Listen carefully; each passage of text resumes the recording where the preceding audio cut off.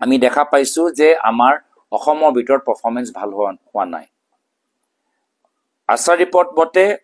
percentage of grade 3 children who can read grade 2 text has dropped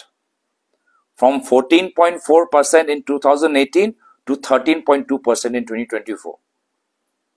কিমান লজ্জাজনক কথা আজি অসমৰ শিক্ষা বিভাগ কি কৰি আছে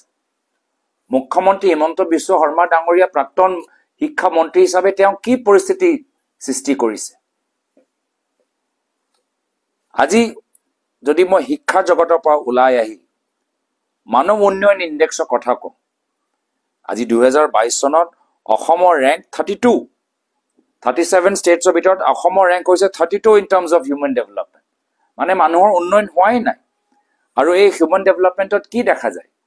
স্বাস্থ্য দেখা যায় চিকিৎসা দেখা যায় এডুকেশ্যন দেখা যায় আৰু ইনকাম দেখা যায় আৰু হেয়া হৈছে বৰ্তমান বিজেপি দলৰ তেওঁলোকৰ দাদাগিৰিত বিজেপি নেতাসকল আৰু ধনী হৈছে আৰু অসমৰ জনসাধাৰণ আৰু দুখীয়া হৈ গৈছে যিসকলে আগতে নিজকে মধ্যম বৰ্গৰ মাজত ভাবিছিল আজি তেওঁলোকে দৰিদ্ৰ সীমা তললৈ গুচি গৈছে এয়া হৈছে বিজেপি দলৰ দাদাগিৰি আৰু সিন্ডিকেট নিৰ্ভৰ ৰাজনীতি ফলাফল যে আজি অসম বিভিন্ন ক্ষেত্ৰত উন্নয়নৰ ক্ষেত্ৰত জনসাধাৰণৰ উন্নয়নৰ ক্ষেত্ৰত পিছ পৰি গৈছে সাস্টেইনেবল ডেভেলপমেন্ট গোলছ ইউনাইটেড নেশ্যনছৰ তাত আমি দেখা পাইছো যে অসমৰ ৰেংকিং কোড সাস্টেইনেবল ডেভেলপমেন্ট গোলছ আজি নীতি আয়োগৰ ৰিপৰ্ট ওলাইছে 2023-2024 চনত যে আউট অফ 36 ষ্টেটছ আসামৰ ৰেংক 23 নীতি আয়োগ প্ৰধানমন্ত্ৰী মোদী ডাঙৰীয়াৰ দ্বাৰা স্থাপিত আজি তাৰ পৰা ৰিপৰ্ট আহিছে যে 36 ষ্টেটছৰ মাজত অসমৰ ৰেংক হৈছে 23 এটা মুখ্যমন্ত্ৰী যদি মই ৰেংক কওঁ কি ধনী মুখ্যমন্ত্ৰী তালিকাত তেওঁ কিমান ৰেংকত আছে তেতিয়া আকৌ মানুহে অবাক হ'ব যে তেওঁটো নৱম স্থান গৈ পাই গৈছে কৰৰপতি হৈ গ'ল অসমৰ আইসকলক লখপতি বাইদেউ সপোন দেখুৱা মুখ্যমন্ত্ৰী নিজে কৰৰপতি হৈ গৈছে অসমৰ ভিতৰত এগৰাকী বাইদেউ লখপতি হ'ব পৰা নাই লখপতি বাইদেউ হ'ব পৰা নাই কিন্তু মুখ্যমন্ত্ৰী কৰৰপতি মুখ্যমন্ত্ৰী পৰিয়াল কৰৰপতি এয়া হৈছে বিজেপি দলৰ ৰাজনীতি আৰু এইখিনি কথা অসমৰ জনসাধাৰণক বিজেপি দলৰ পৰা সোধা উচিত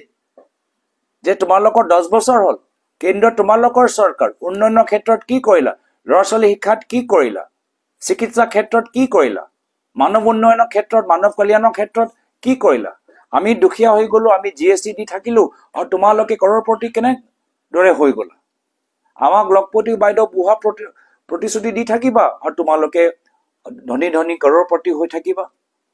তো এইখিনি কথা আজি মই ল'বলৈ বিচাৰিছো এটা এডভান্টেজ আসাম কৰিবলৈ বিচাৰিছো জাপানত গৈ সাউথ কোৰিয়াত গৈ অসমৰ ভিতৰত কিয় ইনভেষ্ট কৰিব লাগে যুক্তি দিবলৈ বিচাৰিছে এই একে যুক্তি আমাৰ অসমৰ থলুৱা উদ্যোগত কিয় দিব পৰা নাই অসমৰ থলুৱা উদ্যোগত তেওঁলোকে কিয় সমৰ্থন দিব পৰা নাই আজি ministry of micro small medium এণ্টাৰপ্ৰাইজেছৰ 19-20 এনুৱেল ৰিপৰ্ট আহিছে তাতে লিখিছে যে আজি অসমৰ ভিতৰত আগতে এটা সময়ত 12 লাখ এমএছএমই আছিল এই 12 লাখৰ পৰা এটা 10 লাখ লৈ গ'ল মানে প্ৰায় 2 লাখ এমএছএমই বন্ধ হৈ গ'ল এয়া হৈছে বৰ্তমান চৰকাৰৰ আজি তেওঁলোকৰ নীতি নিয়ম এডভান্টেজ আসাম 2 পাতিবলৈ গৈছে এডভান্টেজ আসামৰ একৰ ফলাফল দিয়ক এই সময়ত 63 প্ৰজেক্ট তেওঁলোকে সহি কৰিছে এই 63 প্ৰজেক্টৰ ভিতৰত মাত্ৰ 10টা প্ৰজেক্টে কিবা ফলাফল আমি দেখা পাইছো 63 ভিতৰত 10টা এয়া হৈছে তেওঁলোকৰ কাম আজি GSDP gross state domestic product আকৌ নীতি আয়োগৰ ডেটা অসমৰ ৰেংক কিমান 17th rank per capita income 80,000 national average ke kom poverty rate as per niti ayog data national average ke bisi to protek khetrot আজি অসমৰ ভিতৰত উন্নয়ন যে হোৱা নাই আমি প্ৰমাণ পাই গৈছো চাৰিফলে যতে চাও সৰকাৰি ডাটা চাও এনজিও ডাটা চাও অন্তৰাষ্ট্ৰীয় সংগঠনৰ ডাটা চাও নীতি আয়োগৰ ডেটা চাওঁ চাৰিওফালে দিছে যে একো ডেভেলপমেণ্ট হোৱা নাই এই NDA মানে হৈ গৈছে no development Assam non development Assam হৈ গৈছে একো বিকাশ হোৱা নাই সকলৰ বিকাশ হ'ব সবকা সাথ সবকা বিকাশ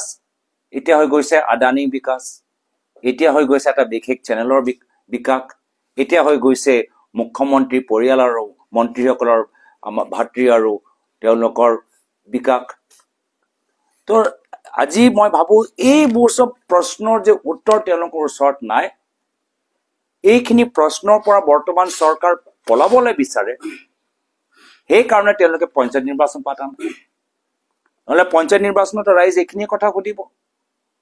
আজি ইনফেন্ট মৰ্টালিটি ৰেট আজি ইয়াৰ ওপৰত শিশু মৃত্যু দৰ আজি আমাৰ এতিয়াও নেশ্যনেল এভাৰেজতকৈ বেছি আমি নিয়ন্ত্ৰণ কৰিবলৈ পৰা নাই তো আমাৰ দুখীয়া মানুহে কি বিচাৰে উন্নত শিক্ষা উন্নত চিকিৎসা আৰু সংস্থাপন এইখিনি তেওঁলোকে যে নৈতিক তেওঁলোকৰ কাম কৰিব পৰা নাই আৰু তাৰ বাহিৰে কি চলি আছে কয়লা সিন্ডিকেট চলি আছে এইখিনি তেওঁলোকৰ কাম হৈ আছে তো ৰাইজ এতিয়া গম পাই গৈছে এটা বিভিন্ন চৰকাৰী আঁচনি একো খালি মানে নামতে কাগজতে জল জীৱন মিছনত কিমান আজি আমি দেখা পাইছো যে কিমান জল জীৱন মিছনৰ কামখিনি হোৱা নাই টেপ ৱাটাৰ দিব পৰা নাই পাইপ আছে পানী যোৱা নাই আয়ুষ্মান ভাৰতত আজি কিমান হস্পিটেলৰ ভিতৰত প্ৰাইভেট হস্পিটেল পাব্লিক হস্পিটেলৰ ভিতৰত আয়ুষ্মান ভাৰত আঁচনিৰ যোগেদি মানুহ একো সহায় পোৱা নাই হস্পিটেল একো সহায় পোৱা নাই আজি নেশ্যনেল গ্ৰীণ ট্ৰাইব্যুনেলে নিজে কৈছে যে আজি আমাৰ অসমৰ ভিতৰত ফৰেষ্ট কভাৰ কমি গৈছে কাৰ্বি আংলঙত যেতিয়া পাহাৰ কাটিব গুৱাহাটী অঞ্চলৰ পাহাৰ কাটিব জংগল কাটিব তো নিশ্চয় ফৰেষ্ট কভাৰ কমিব যদি তেওঁলোকৰ গছপুলি ৰোৱা আঁচনি ইমানে যদি সফলতা লাভ কৰিলেহেঁতেন তেতিয়া ফৰেষ্ট কভাৰ কিয় কমিছে 21 চনৰ পৰা 23 চনৰ মাজত ফৰেষ্ট কভাৰ কিয় কমিছে প্ৰায় 80 ডাটাটো পিছত লাভ কিন্তু এইটো বিভিন্ন আমাৰ নেশ্যনেল গ্ৰীণ ট্ৰাইব্যুনেলৰ ডাটা ওলাইছে ইণ্ডিয়া ষ্টেট অফ ফৰেষ্ট ৰিপৰ্টৰ ডাটা ওলাইছে আনকি কেন্দ্ৰীয় চৰকাৰো এতিয়া লাহে লাহে ৰাজ্য চৰকাৰক সমালোচনা কৰিবলৈ বিচাৰিছে আৰু বিভিন্ন কোৰ্ট ট্ৰাইব্যুনেল গুৱাহাটী হাইকোৰ্ট এতিয়া ৰাজ্য চৰকাৰৰ পৰা উত্তৰ বিচাৰিছে যিদৰে অসমৰ জনসাধাৰণে উত্তৰ বিচাৰিছে এতিয়া একে কেন্দ্ৰীয় চৰকাৰো উত্তৰ বিচাৰিছে আৰু আমাৰ গুৱাহাটী হাইকোৰ্ট এতিয়া উমৰাংচং এই কয়লা খননৰ ক্ষেত্ৰতো অবৈধ কয়লা খননৰ ক্ষেত্ৰতো ৰিপৰ্ট বিচাৰিছে তো এয়া হৈছে আমাৰ লোকৰ উদ্দেশ্য যে বিজেপি নেতৃত্ব মুখ্যমন্ত্ৰী হিমন্ত বিশ্ব শৰ্মা ডাঙৰীয়া অসমৰ জনসাধাৰণক নিজৰ 10 বছৰ বিজেপি চৰকাৰৰ কাৰ্যকালৰ হিচাপ দিয়ক ৰাইজক ভুৱা প্ৰতিশ্ৰুতি দিয়া বন্ধ কৰক সাংবাদিকসকলক ভয় খোৱা বন্ধ কৰক চৰকাৰৰ বিপৰীত নিউজ ওলালেই যে সাংবাদিকসকলক ভয় খুৱাবলৈ তেওঁলোকে যে ৰাজনীতি কৰে চেনেলৰ মালিকক এডভাৰটাইজমেণ্ট নিদিওঁ চৰকাৰী পইচা নিদিওঁ এই ধমকি যে দিয়ে এই ৰাজনীতি বন্ধ কৰক আপোনালোকে শাসনত আছে শক্তি আছে আপোনালোকৰ ওচৰত ৰাইজৰ প্ৰশ্ন আৰু সাংবাদিকৰ প্ৰশ্নৰ পৰা ভয় খাব নালাগে ৰাইজৰ সমালোচনা আৰু বিৰোধী দলৰ সমালোচনা শুনা শক্তি সাহস থাকিব লাগে অলপ সাহস গটাবলৈ মই তেওঁলোকক অনুৰোধ জনাইছো আমালোকৰ কণ্ঠ ৰুদ্ধ কৰাতকৈ সাহসৰে আমাৰ কথাখিনি শুনক আৰু যদি ভুল হৈছে স্বীকাৰ কৰক 1 বছৰ ৰাইজে এতিয়াও আপোনাক দিছে কামখিনি শুদ্ধ কৰক পিছত গৈ তেওঁ সকলোৱে জানে যে নিৰ্বাচনত কি হ'বলৈ গৈ আছে